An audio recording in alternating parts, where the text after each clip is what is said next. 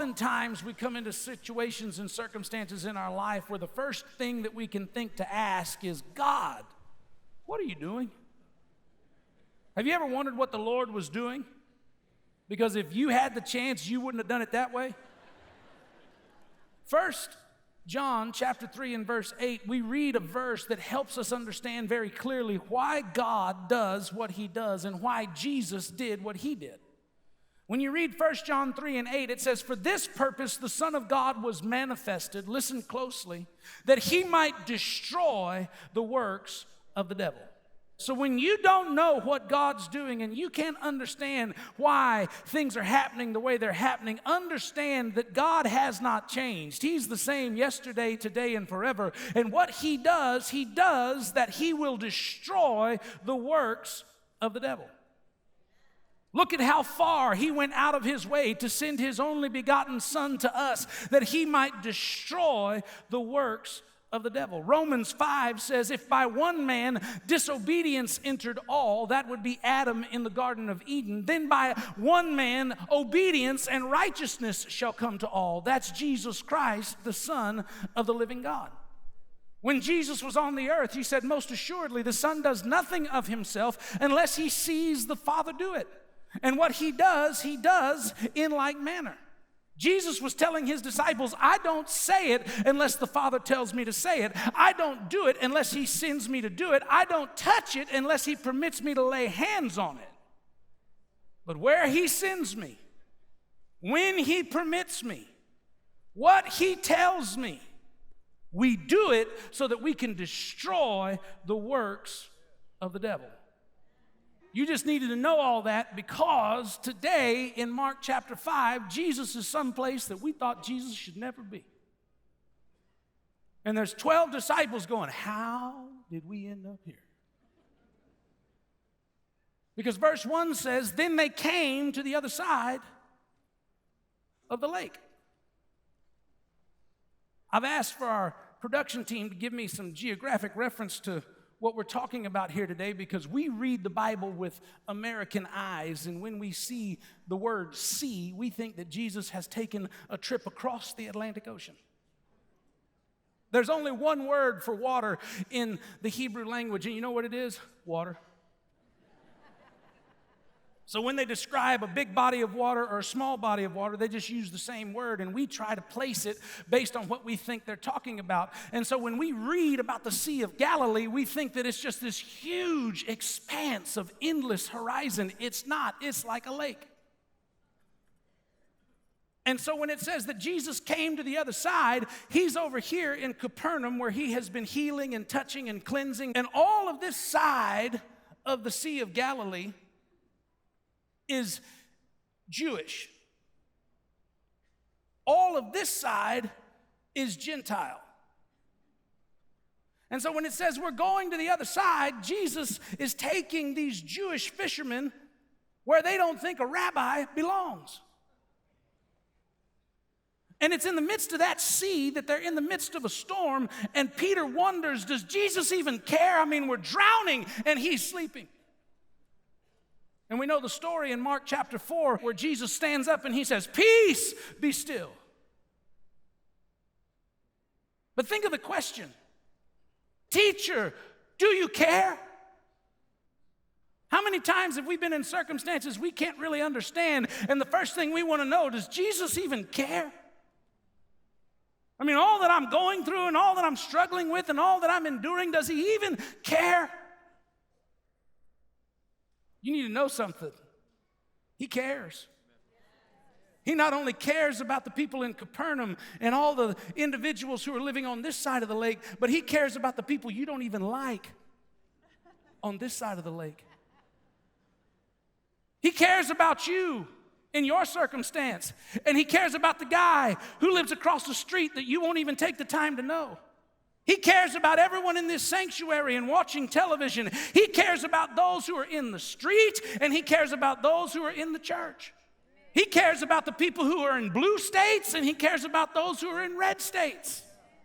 He cares about the 331 million people that live in the United States. And He cares about the 7.8 billion people who live all over the world. Because when you read the Bible, you find out that God so loved the world that He gave His only begotten Son, that whosoever believes in Him would not perish but have everlasting life. That's how much my God cares.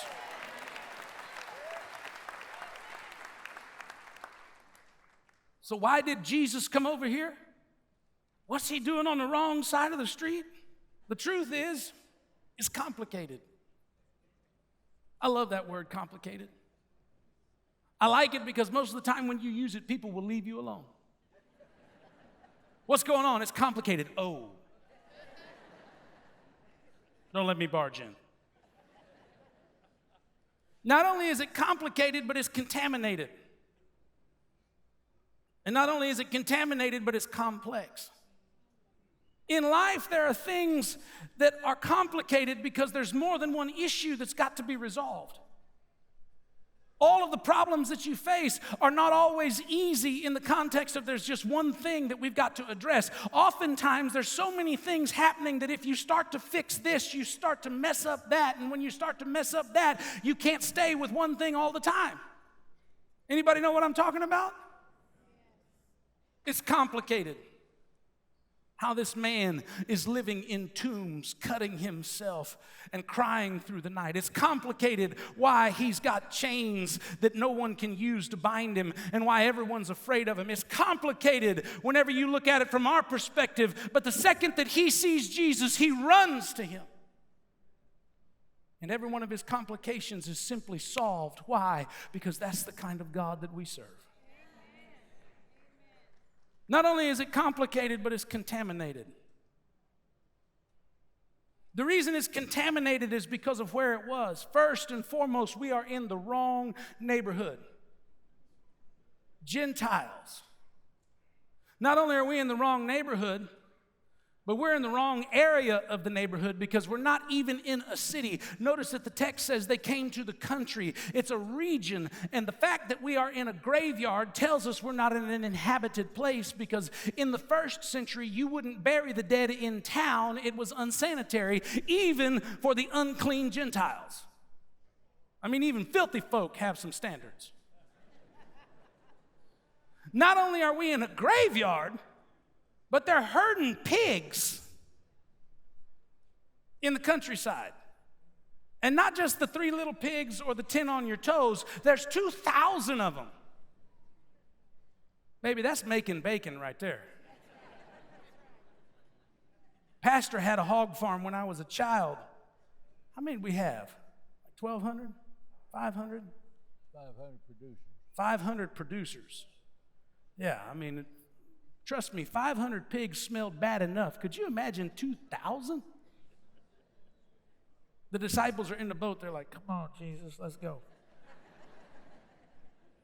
It's Gentile land, and it's in a graveyard. Numbers 19 and 16 says that if anyone touches a dead body or they touch a grave, they shall be unclean for 7 days.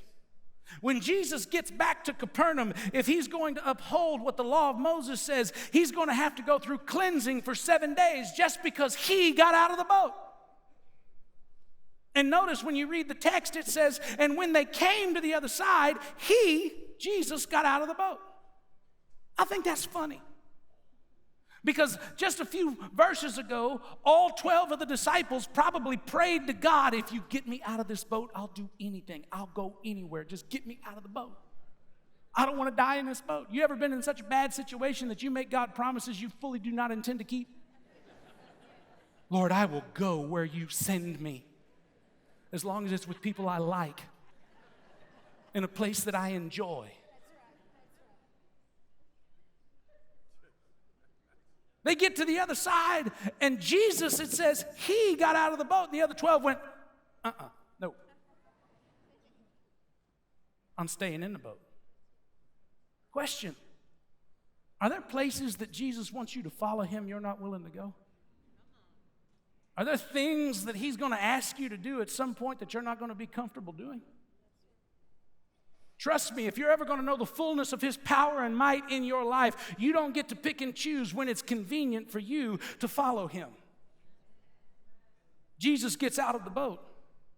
He's in a graveyard. And if that ain't bad enough, Rabbi Jesus is in a pig pen. Because it says that there were swine nearby. Deuteronomy 14:8, it says that the swine is unclean for you. Anyone who touches his flesh shall be considered unclean. Anyone who eats its flesh shall be unclean. Do not touch and do not eat the swine. Mark chapter 5 lets us know that this circumstance is unclean. It's contaminated. And all of that is nothing more than a picture of the individual that Jesus has come to see, because the Bible says that when he got out of the boat, a man with an unclean spirit showed up. And as much as we would like to argue that we're not like that guy, trust me, there are men and there are women in this sanctuary, and there are people who are watching over television that could be described the same exact way. You've got an unclean spirit. In some way, to some measure, of some extent, it's contaminated. There's something in there that is unclean and it's displeasing to God. If we were to break out the letter of the law, you would be unworthy. The good news is you don't have to be righteous in your own strength. You just have to put your faith in the one who makes you righteous. And his name is Jesus Christ. 2,000 years ago, God sent the world an unexpected gift. As we celebrate Christmas with family and friends, take a moment to share the greatest story ever told, that God sent his Son, Jesus Christ, into the world that we might live and have everlasting life through him. This month, as a special gift for your donation of any amount, we'll send you a card stack of Diana Hagee's favorite recipes, along with a wooden display stand. For your gift of $200 or more, we'll include Diana's commemorative edition of the Not by Bread Alone cookbook, and accompanying cheese board and dish towel. This set makes a wonderful gift for a loved one and enables us to share the gospel around the world. From everyone here at Hagee Ministries, Merry Christmas. There is no greater present than the gift of God's love and salvation. Send your best gift today. Call the number on the screen or visit jhm.org/holiday. Things that are complex, they're always changing. And this circumstance is an ever-changing circumstance because it's happening in a world where people are breathing, and any place people are breathing, things are changing. I'll prove it to you. Have you ever known what you were going to do to solve a problem, and when you went to bed, you were like, first thing in the morning, that's exactly what I'm going to do? And then somehow, while you were sleeping, when you wake up, everything changed. And now you can't do what you thought you were going to do because it's different. It's complex. And when we find ourselves in situations that are complicated and contaminated and complex, most of the time we just give up. And we do what this poor, wretched soul does in Gadarenes. You say, I just don't know where I'm going to exist, so I'm going to walk out here amongst the tombs. And I'm going to abandon that dream. I don't know how my marriage got messed up. I don't know how we got divorced. It's complicated. It got contaminated. It's complex. So I'm just going to sit out here amongst the graves. And instead of move past that moment of pain, I'm going to sit here and inflict wounds upon myself for the rest of my life. And the more we read about this individual in this complicated, contaminated, and complex situation, is that nobody could tame him. First, they tried to tie him up, but they couldn't tie him up. And then they went and they got chains, and he broke the chains, and they got stronger chains, and he broke those chains. Now, why is he able to do this? He's able to do this not because he's so strong. He's able to do this because he's got an unclean spirit. You see, there's an inside problem that has an outside manifestation. And what you need to understand is the more you try to treat the outside problem that you see and don't deal with the inside problem that you have, the worse it's going to get. You can't fix spiritual problems with natural fixes. They couldn't tie him and they couldn't bind him. And sometimes people have an outside problem. Oh, it's in my back. Oh, it's in my head. Oh, it's in my shoulder. Oh, it's in the way that I respond to people. They've got all these outside symptoms and they don't ever get to the cause and they don't ever come up with the cure. So what's Jesus do? The disciples don't want to mess with this guy. They see the symptoms. The town folk have given up on this guy. They know the symptoms. Jesus knows him better than anybody. And into this complicated, contaminated, and complex problem, Jesus gets out of the boat and he looks at this man and he says something that this man has wanted to hear for so long. He says, "Come out! Come out, you unclean spirit! Whatever you've done to this man, you can't do it no more. You've had authority long enough. You've hurt him bad enough. You've done way too much. I'm here to evict you today. The bitterness is gone. The sorrow is gone. The problem is gone. The situation is over. I'm taking it out of his heart. I'm taking it out of his mind. I'm taking it out of his soul. It's not going to show up on the outside because I'm going to fix what's wrong on the inside. And when I get done delivering him, whom the Son sets free is free indeed."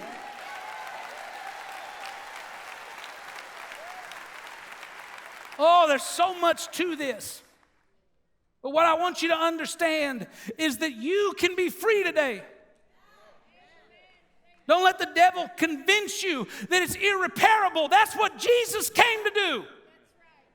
Destroy the works of the devil. Don't let anybody convince you that you're not worthy. Because when the Bible introduces us to this man, as messed up as he is, the Bible still calls him a man. It says as soon as Jesus got out of the boat, there met him a man. It doesn't say he's a lunatic. It doesn't say he's crazy. It doesn't say that he's a leech on life, that all he does is take and never give back. It calls him a man. Tormented as he may be, he's a man. Troubled as he is, he's a man. Complicated, contaminated, and complex as the situation might be, he's still a man. And Jesus wants to use him. So I don't care how broken you are. I don't care how bad off you feel. God knows and God sees and God still wants to use you. Stop cutting yourself, treating the symptoms, and let the power and the presence of God fix what's wrong on the inside. Stop taking what they told you to take because they said it'd make you forget. Stop drinking what they told you to drink because they said it'd help you get through. Stop saying what they told you to say because you thought that it was going to make everything better. Understand that the presence of Jesus Christ that was on that side of the lake today, it's come from heaven down here to San Antonio, Texas. And what he wants to say to you is come out. Come out of that tomb that you're living in. Come out of that relationship that's cursing you. Come out of that problem that you've got and let me set you free. When Jesus said, "Come out," suddenly we hear another voice. The voice of the man worshiped Jesus, but whenever Jesus said, "Come out," suddenly there's another voice and it's supernatural, it's not natural. Now, please understand this. There are only two areas and realms of existence. There's natural and there's supernatural.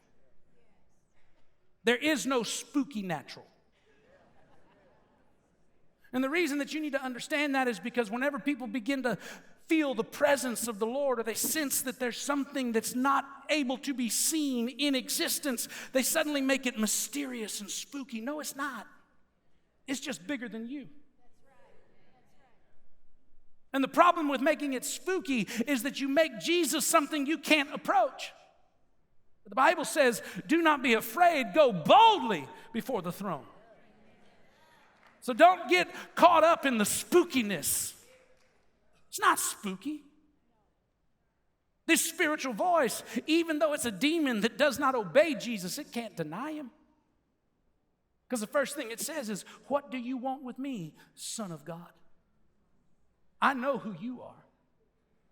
You're the King above kings and the Lord above lords. I have to do whatever you tell me to do, even if it's not what I want to do. Trust me, if supernatural beings know that about Jesus, why don't you treat him that way?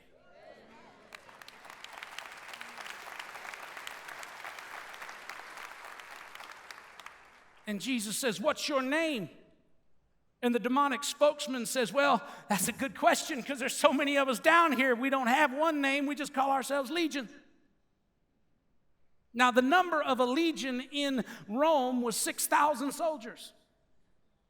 The number of swine that committed suicide was 2,000. Doesn't really matter how many there were. We could just honestly agree this guy was twisted. And what you need to understand is while he had something to do with it, it wasn't all his fault. This is something that I asked the Lord while I was studying this text. It's like, how does one guy get 2,000 demons? What search engine did he use? Oh, don't think that they ain't on the net. And I felt the Lord tell me this wasn't all his fault. And I felt compelled to begin to study generational iniquity.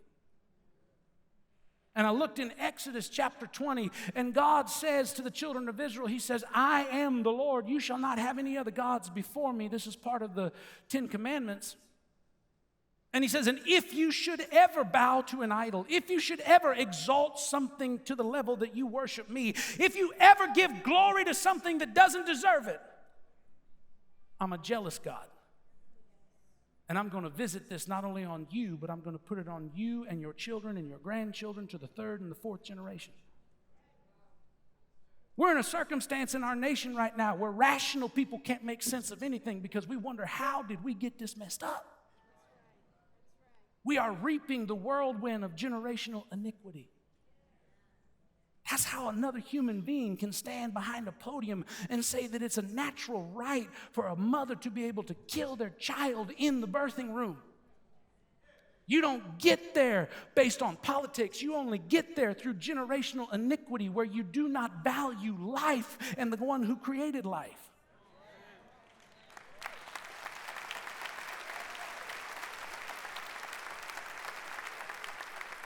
So how did this guy get 2,000 demons? Well, he grew up in Gentile land. He's over here with the heathens. They've been worshiping idols for generations. So what he had when he showed up in this world was he had all of great-granddaddy's mess, and then he had all of granddaddy's mess, and then he had all of daddy's mess, and then he got into his own mess. And somewhere along the way, in this generational hodgepodge of sin, you find an individual who's so desperate that he can't bear the weight of it anymore, and now all he does is cry and cut himself. There are some of you in this room that you need to know it's not all your fault. It's not something you did, it's something that you got. But that chain can be broken.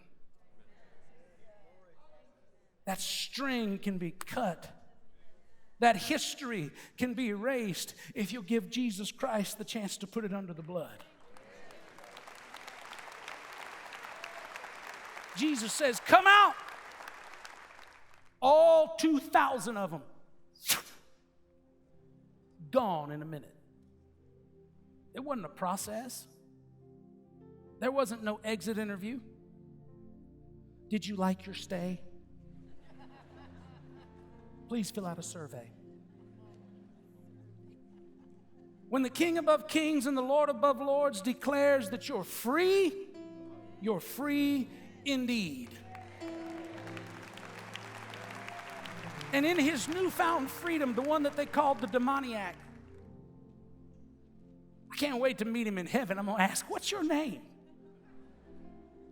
I mean, you spent all of eternity liberated and we still label you with the demon. This man comes to Jesus and he says, "Please, let me go with you. Let me get in that boat. You're the only one that can make a difference in me. They tried and they tied me up. They tried and they chained me up. They tried, and look what a mess they made of me. But you showed up, and now I'm free. Let me go with you. And Jesus says, no. He didn't say, come on, we need a 13th. He said, you're free to go home. You're free to go back to the people who gave up on you. You're free to go to the people that said nothing good would ever come of you. You're free to go tell those individuals who spoke curses over your life how good God has been and what wonderful things He's done. You're free. You're free. But in your newfound freedom, you have a responsibility. You've got somebody you need to go tell. You've got somebody that you need to share it with. You've got somebody that needs to hear what God has done for you. You've got somebody that needs to know that He can take dysfunctional and make it functional, that He can take crazy and make it sane, that He can take broken and call it mended, how He's changed your life, how He healed your heart, how He restored your soul. You're free. But you got to go home and you got to tell somebody. Husband, go home and tell your wife, I'm free. And I'm going to be the man you need me to be. Wife, go home and tell your family, I'm free. And I'm going to love you like you deserve to be loved. Son, go home and tell your dad, I'm free. And what was contaminated is now clean. Because Jesus Christ has touched me. If you felt the presence of God here today and enjoyed His word, would you give Him a hand clap? During this time of year, we celebrate the birth of Christ. But very soon, the trumpet will sound, the dead in Christ shall rise, and we who call Him Savior and Lord will be called up to be with Him forever. Some of you are planning elaborate gatherings for family and friends, but it will pale in comparison to the day that we celebrate with King Jesus. Until that glorious day, Merry Christmas from our family to yours.